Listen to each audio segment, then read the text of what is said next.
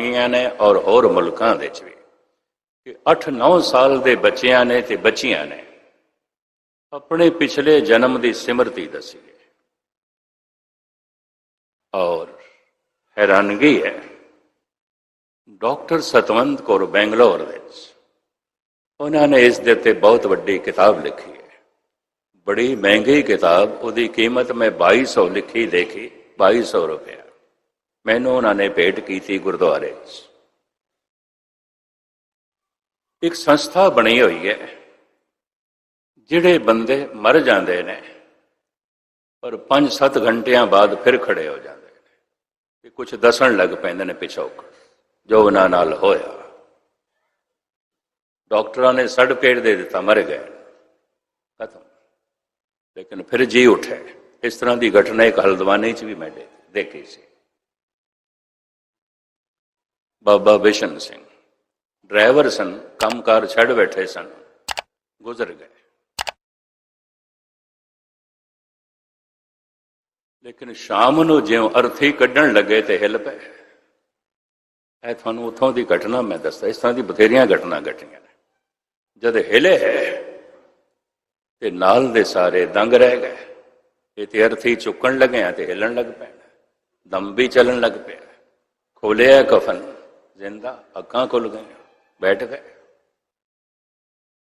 जिंदगी उन्हों की बदल गई, बिल्कुल फकीर बन गए। 24 घंटिया 8-8, 9-9 घंटे गुरुद्वारे ही बैठे रहते। मैनू कह लगे, मस्किन जी बड़ा कुछ देख लिया मैं, थोड़े जिहा 5-7 घंटे मैनू वापस किया गया। काठ गोदाम उतों 4 मील की दूरी थे, एक दूजा ही इसे ही नाम का, उसकी डेथ हो गई, वह मर गए अचनचेत, खड़े खड़े।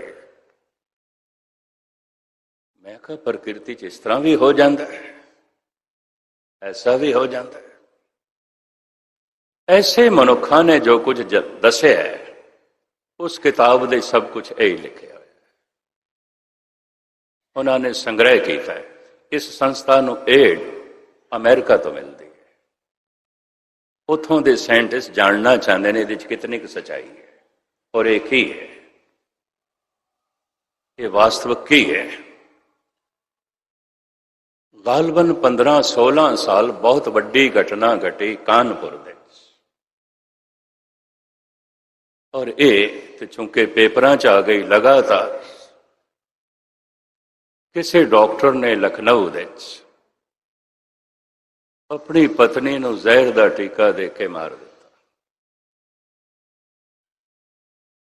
एक घटना बक्से च बंद करके गंगा सुटन की कोशिश की थी, ट्रेन दे राही बक्सा जिहड़ा सी वो किधरे किनारे ते पिया रह गया, नहीं जमुना दे गहरे पानी च गया, गंगा दे। ट्रेन उपरों लंघी, फिर चंगा रोला रप्पा पिया। मुजरिम निर्दोष, कोई सबूत नहीं, कुछ नहीं। कोई 11 साल बाद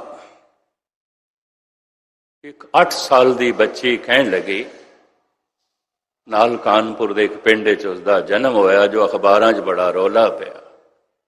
मैं डॉक्टर की पत्नी हाँ, मैनू जहर का टीका दे के मारिया। उत्थे मेरिया इन्नियां साड़ियां पईयां ने, इतना गहना पिया। ये जिहड़े वड्डे वड्डे अखबार फ्रंट पेज के उत्ते खबर, उस पिंड दे च बड़ा रश। जिहड़ियां उसने सारियां कहानियां ते सारियां चीज़ां दसियां, बिल्कुल सही, बिल्कुल सही। इस दे उत्ते कुछ फिर साइंटिस्ट अगे आए ने, सिमरती पिछले जन्म तक भी चली गई, याद पिछले जन्म तक भी चली गई, पर कम से कम वो 6 महीने दसदी रही, उस तो बाद भुल गए। कानून दे च ऐसी कोई जद नहीं कि अगले जन्म दे च कोई किसी को मुजरिम होने का इल्जाम लावे तो उसनों सजा दी जाए, इस तरह का कोई विधान नहीं, कानून नहीं। कम से कम 105 बच्चे ते बच्चियां जिन्होंने अपना पिछोकड़ दसिया है, उस किताब दे उन्हां दा नाम ते एड्रैस। दूरदर्शन ते कोई एक साल अनहोनी नाम का एक सीरियल चलता रहा, अनहोनी, ਉਹਦੇ ਚ दिखाते रहे। उस किताब में जो कुछ लिखा हुआ है ਉਹਦੇ आधार पर सब कुछ दिखाते रहे।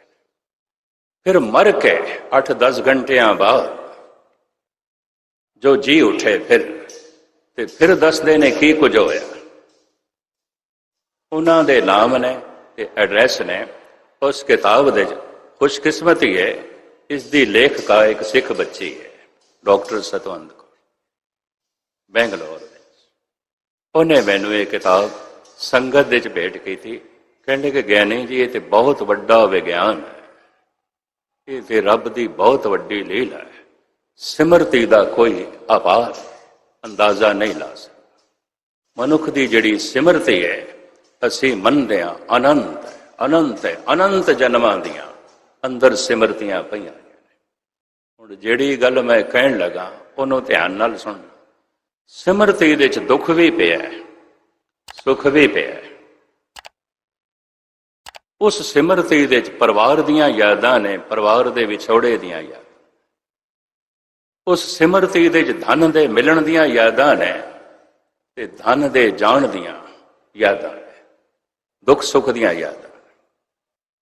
मिली सी प्रभता बड़ा सुख मिलिया तो अंदर सिमरती दा अंग बन गई। चली गई प्रभता ते बड़ा दुख मिलिया, सिमरती दा हिस्सा बन गई। ये सारियां यादां हैं। उन्होंने मैनू दसिया इस सिमरती दे परमात्मा की कोई याद नहीं। ये जो सिमरतियां लभियां ने, सिमरती दे गहरे तो गहरे तल दे च भी चले जाइए, दुखां की याद है, सुखां की याद है, परमात्मा की याद कोई।